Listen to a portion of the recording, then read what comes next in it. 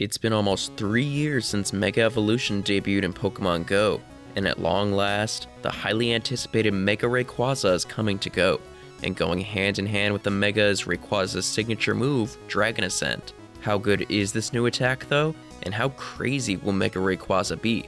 Well, let's get into just how good this sky-high Pokemon is.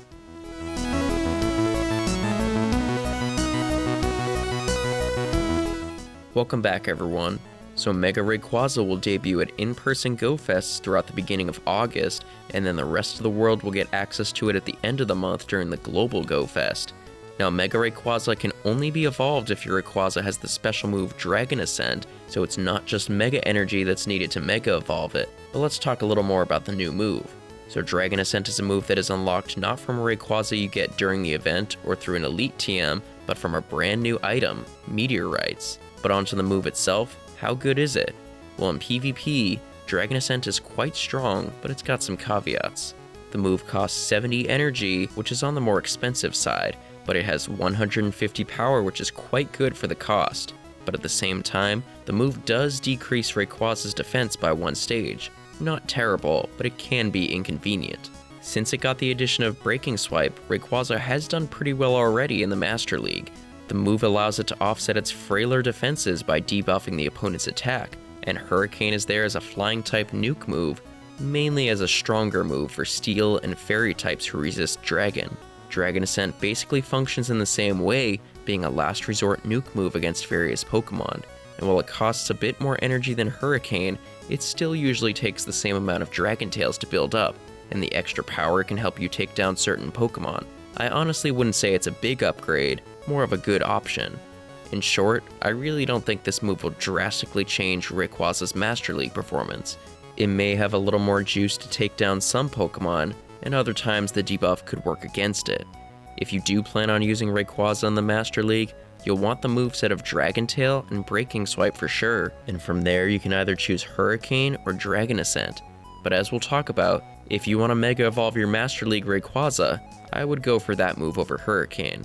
And speaking of Mega Evolution, let's talk about Mega Rayquaza and Dragon Ascent in raid battles. I'll come right out and say it, Dragon Ascent is the strongest move for raids in the game, ever.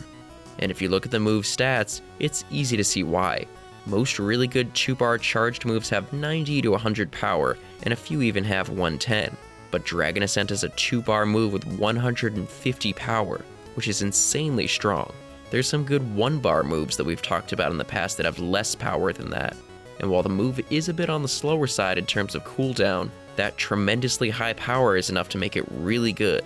So how do Rayquaza and its Mega look in raids with it? Will both normal and Mega Rayquaza become the 2 best flying type attackers in raids? Period. Better than Megas like Pidgeot and Shadows like Moltres, these 2 are incredibly strong. And while flying isn't used too often as a type, Rayquaza and its Mega will remain the MVPs when it is used. And even using a Dragon moveset, Mega Rayquaza is the king as well, topping all current Dragon attackers and even future ones like Mega Garchomp. So overall, Dragon Ascent and Mega Rayquaza are huge when it comes to raid attackers, and Dragon Ascent is a small upgrade for PvP, but a welcome one. But now I'm turning it over to you. Are you excited for Mega Rayquaza? Let me know down in the comments below. And if you like this video, be sure to give it a thumbs up and subscribe to stay tuned for our upcoming content. We've got more legendary and mythical analyses on the way, including a Diancie analysis, a breakdown of Xerneas and Yveltal's signature moves, and a speculative look at Zekrom and Reshiram's second pair of signature moves. You definitely don't want to miss those. Until then though, thanks so much for watching, and we'll see you next time. Take care.